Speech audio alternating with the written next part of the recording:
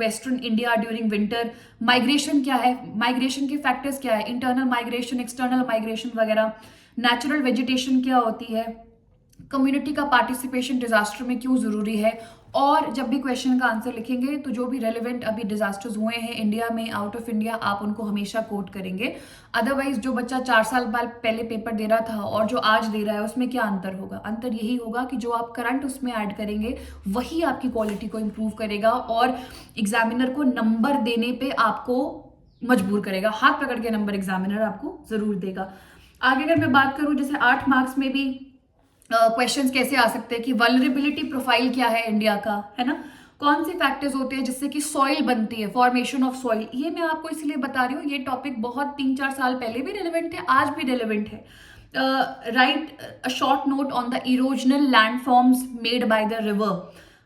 Flood prone area जो है भारत के, उसमें गवर्नमेंट ने क्या इनिशिएटिव्स लिए हैं। रिवर सिस्टम पे क्वेश्चन आता ही आता है, हिमालयन और पेनिनसुलर पे, जीसी लियोंग में बहुत अच्छे से गिवन है। पोर्ट्स पे क्वेश्चन आता है ना, हमारे मेजर पोर्ट्स कौन से हैं, माइनर पोर्ट्स कैसे हैं और वो क्यों डेवलपमेंट के लिए इतने ज्यादा महत्वपूर्ण है। तो आप इसमें देखेंगे। उसके बाद 8 मार्क्स के बाद 20 मार्क्स क्वेश्चन में भी आपका जो ये ज्योग्राफी वाला पोर्शन है इसमें भी क्वेश्चन आ सकता है, ग्रीन रेवोल्यूशन पे, व्हाइट रेवोल्यूशन पे, एक्सेट्रा एक्सेट्रा। ये मैं आपको इसीलिए बता रही हूँ क्योंकि आपको आइडिया होना चाहिए कि आप क्या पेपर देने जा रहे हैं और किस प्रकार के क्वेश्चंस जो है वो एक्सपेक्टेड है, ठीक है। और कुछ चीजें स्टैटिक सेम ही रहता है, आज भी रहेगा और वैसे भी रहेगा, तभी हर साल बच्चे पेपर क्लियर कर पाते हैं क्योंकि उन्होंने वो देख लिया है, उन्होंने वो नब्ज पकड़ लिया कि हमसे क्या पूछा जा रहा है।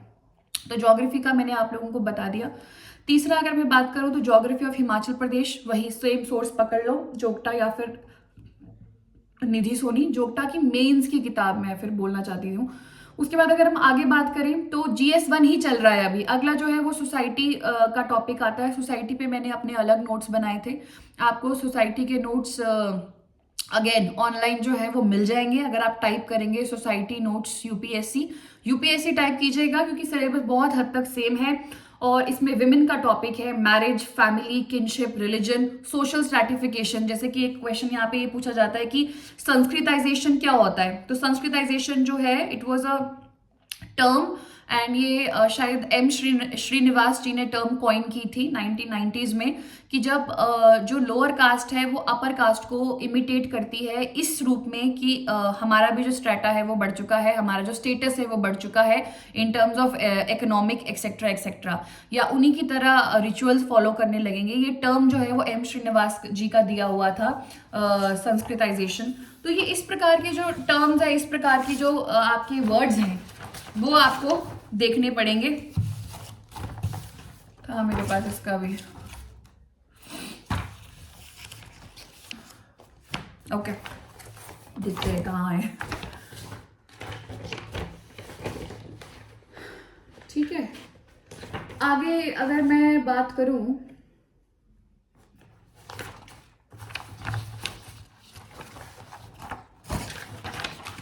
तो ये सोसाइटी को आप देख लीजिएगा, इंपॉर्टेंट है ये, है ना।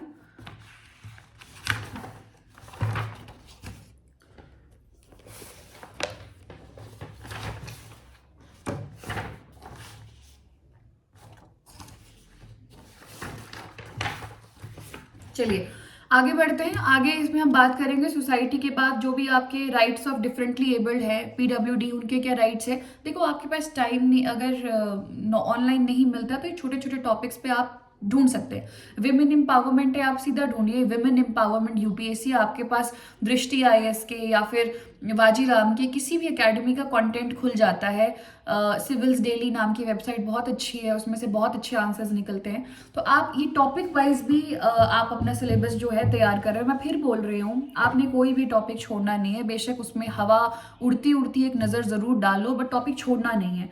आगे अगर मैं बात करूं तो इसमें society and culture in Himachal Pradesh, Mian Govardhan की किताब थी, उसमें से मैंने पढ़ा था और ये आपको उसमें काफ़ी हद तक मिल जाएगा। और अगेन रिपीटिंग माई सेल्फ, जोगटा या निधि सोनी की किताब में आपको ये जो marriage, kinship, caste system, family है, ये आपको हिमाचल प्रदेश की जो है वो मिल जाएगी। ठीक है, आगे बढ़ते हैं। ये सिर्फ और सिर्फ GS1 कवर हुआ है अभी 200 मार्क्स का। नेक्स्ट वी हैव, और 25 मिनट हो भी गए। देन वी हैव 200 मार्क्स का GS2 है। GS2 is all about polity, governance and again ethics का कुछ कॉम्पोनेंट सभी ने पढ़ा हुआ है। लक्ष्मीकांत, इसमें मुझे नहीं लगता आप लोगों को प्रॉब्लम आएगी कॉन्स्टिट्यूशन में। और जो दूसरा है आपका parliament, state legislature, straight away ये लक्ष्मीकांत से है। लिखना कैसे है वो आपको थोड़ा सा इस पे काम करना पड़ेगा, क्योंकि जरूरी नहीं है कि लक्ष्मीकांत में आपको जो पढ़ के लिखना भी आ जाए, है ना। थोड़ा सा अलग चीजें भी होती है, जैसे इसमें कुछ बार बार क्वेश्चंस आते हैं कि जैसे व्हाट इज जुडिशियल एक्टिविज्म, क्या होता है, और जुडिशियल ओवररीच क्या होता है। ये बार बार स्ट्रेट अवे क्वेश्चन आता है। जैसे एक्टिविज्म का मतलब है कि it is the use of judicial powers to restrict the legislative and the executive excesses. ठीक है, judiciary self assumes the role to strike down any legislation और the executive action which is against the constitution. Now this can be done suo moto और it could be done through an PIL, that is a public interest litigation. कभी कभी इसी पे सवाल आ सकता है PIL क्या है। सुप्रीम कोर्ट ने जैसे ऑर्डर किया है to remove the photographs of the political leaders from the government ad, ये भी एग्जाम्पल हो सकता है। या आप और एग्जाम्पल इसमें देख सकते हैं, जैसे कि केशव नंदा जो वर्डिक्ट था वो भी आपका इसका काफी हद तक एग्जाम्पल है। उसके बाद NJAC का, नेशनल जुडिशियल अपॉइंटमेंट कमेटी वाला जो टॉपिक है, वो भी एक जुडिशियल एक्टिविज्म का ही बहुत बड़ा एग्जाम्पल है। ठीक है, तो ये आप इस तरीके से जो है एग्जाम्पल दे के अपने 4 मार्क्स के या 8 मार्क्स के क्वेश्चन को ज्यादा इनरिच कर सकते हो। जैसे अगला क्वेश्चन है कि how are the fundamental rights different from the other legal और constitutional rights, why are fundamental rights so special. जैसे अगर यही क्वेश्चन आपको आ जाए तो एक जैसे जॉन कैनेडी की लाइन है कि the rights of every man are diminished when the rights of one man are threatened. ठीक है, तो एक बात आपको यहाँ समझनी पड़ेगी कि वेस्टर्न सोसाइटी, इंडियन सोसाइटी में ये अंतर है कि जो इंडियन सोसाइटी में जो है वो सोसाइटी के राइट ज्यादा इंपॉर्टेंट है देन वन मैन।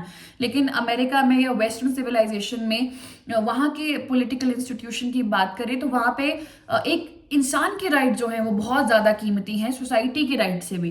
तभी यहाँ कैनेडी साहब लिख रहे हैं कि the right of every man are diminished when the rights of one man are threatened.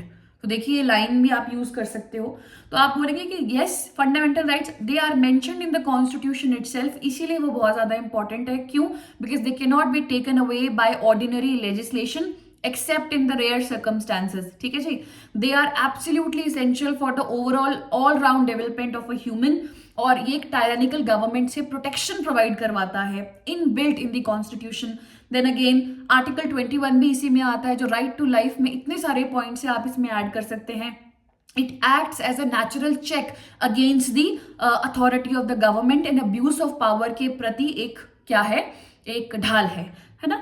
And they basically supplement help the directive principles, DSPs को हेल्प करते हैं, ये DPSPs को हेल्प करते हैं ताकि लोग जो हैं वो बेनिफिटेड हो, उनको बेनिफिट मिले। तो आप ये देख सकते हैं कि फंडामेंटल राइट्स इसीलिए स्पेशल है और वो सिंपल राइट्स नहीं है, वो बहुत ज़्यादा इंपॉर्टेंट है।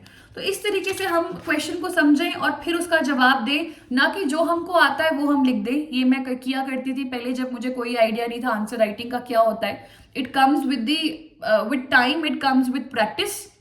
तो बड़ा निराश होने की भी जरूरत नहीं है इसमें। ठीक है, then how does the Indian constitution जो है it mirrors the best practices all over the world. जैसे क्वेश्चन उस वक्त भी अंबेडकर साहब से भी ये बोला गया था कि आपके जितने भी राइट्स हैं या जितनी भी चीजें हैं, बोला आपने बाहर से ली हैं, कुछ आपने जापान से उठाया, कुछ आपने अमेरिका से उठाया, कुछ आपने फ्रांस से उठाया, कुछ आपने बाकी जगहों से उठाया। तो उसमें एक लाइन आती है कि मानते हैं हमारा कॉन्स्टिट्यूशन के जो बहुत सारी चीजें हैं वो बाकी जगहों से बेस्ट प्रैक्टिसेस उठाई गई है। If it is a patch then I would say it is a beautiful patch of work. ठीक है, तो इस तरीके से लाइंस यूज किया करते थे। अच्छी कॉन्स्टिट्यूशनल प्रैक्टिसेस कौन कौन सी ली हमने, जैसे सेपरेशन ऑफ पावर है आपका, स्कोप फॉर अमेंडमेंट हमने रखा, सेंस ऑफ ड्यूटी लगाई हमने, जैसे DPSPs या फंडामेंटल ड्यूटीज की सिर्फ लोगों का जो राइट है वो सिर्फ राइट्स को एंजॉय करना नहीं है बल्कि अपनी ड्यूटीज को निभाना भी है। तो वो एक ही सिक्के के दो पहलू हैं, ये हमारा कॉन्स्टिट्यूशन जो है वो बताता है। ओथ अफर्मेशन कि कोई भी इंपॉर्टेंट पोस्ट है वो ओथ और अफर्मेशन लेगी कि जैसे मान लीजिए मिनिस्टर्स बोलते हैं कि वो सीक्रेसी की ओथ लेते हैं, है ना, एक्सेट्रा एक्सेट्रा। देन जीएस में अगर आप देखेंगे, जीएस 2 में role of NGOs, self help groups, rights of SC ST women minority backward classes, आपको आर्टिकल्स पता होने चाहिए। और जो भी रीसेंट डेवलपमेंट्स हुई हैं, जो भी रीसेंट पॉलिसीज बनाई हैं एससी के लिए, एसटी के लिए, औरतों के लिए, बच्चों के लिए, माइनॉरिटीज के लिए, वो आपको पता होनी चाहिए। प्लीज रिसेंट सुप्रीम कोर्ट की जितनी भी चीजें हैं उनको डालने की कोशिश करें।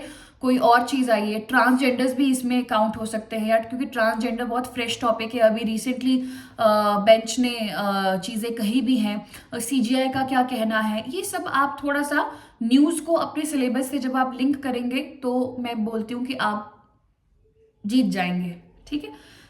सब यूनिट 3 में बात करें, देखो गवर्नेंस इन हिमाचल प्रदेश, हिमाचल प्रदेश का पब्लिक सर्विस गारंटी एक्ट 2011, मैंने इतना ज्यादा रट्टा मारा था, इतना ज्यादा रट्टा मारा था, मैं क्या बताऊं। राइट टू इंफॉर्मेशन एक्ट 2005, ये है 73rd 74 कॉन्स्टिट्यूशनल अमेंडमेंट जो पंचायती राज का है। डायरेक्ट क्वेश्चन आता है कि पंचायती राज में प्रॉब्लम क्या है, जैसे कि मैंने यहाँ पे आज क्वेश्चन डिस्कस किया भी था। तो इसमें मैंने लिखा है कि the institution of local governance जो है वो it came into prominence because of the 73rd and 74th amendment, and this was the era of democratic decentralization। तो इसकी सक्सेस क्या रही है, मैंने साफ साफ इसमें चीजें लिखी हैं, ठीक है, अगर आपको दिख रहा होगा तो वो साफ साफ चीजें मैंने कैसे लिख रखी है कि डेमोक्रेटिक डिसेंट्रलाइजेशन हुआ है, तो उसकी वजह से क्या हुआ है, गवर्नेंस में एक काफी अच्छा हुआ है। एससी एसटी के लिए इसमें प्रोविजंस रखे गए, तो मार्जिनलाइज सेक्शंस को इंक्लूसिविटी का एक सहारा मिला। बॉटम अप अप्रोच है, लोग खुद अपने फैसले करेंगे। आइडियाज कॉन्स्टिट्यूशन में, प्रियम्बल में, डीपीएस में से इंश्राइन जो थे वो इसने सुदृढ़ किए। लेकिन अभी भी प्रॉब्लम है, जैसे कि पंचायत के पास, म्यूनिसिपल बॉडीज के पास फंड ही नहीं है, या उनका पोलिटिसाइजेशन हो गया है। जो भी लोकल एमएलए है, एमपी है, वो कहीं ना कहीं उस चीज पे हावी रहते हैं कि किस करवट या किस दिशा में आपका इलेक्शन मुड़ेगा। विमेन पार्टिसिपेशन जो आपका ये प्रधानपति वाला कॉन्सेप्ट है, ये भी एक प्रॉब्लम है कि औरतें अपने डिसीजंस ले ही नहीं पा रही। म्यूनिसिपल अथॉरिटीज के पास अगेन फंड नहीं है, तो जब फंड नहीं है तो कुछ भी नहीं है, फंड्स फंक्शनरीज है ही नहीं, तो फिर हम क्या बोलेंगे। और इसीलिए ठीक है, तो इस तरीके से आप एग्जाम्पल देंगे, प्रॉब्लम बताएंगे, सोल्यूशन बताएंगे और वे फॉरवर्ड हमेशा पॉजिटिव देंगे। आंसर को खत्म करना है 8 मार्क्स में और 20 मार्क्स में, तो वे फॉरवर्ड जरूर दो, बहुत अच्छा सा वे फॉरवर्ड दो। आप एक ब्यूरोक्रेट हैं तो आप पेसिमिस्ट नहीं हो सकते, आप नेगेटिव नहीं हो सकते, आप चैलेंजेस को एक्सेप्ट कर रहे हैं अपने आंसर में कि भाई ये अच्छा हुआ है तो ये भी अभी तक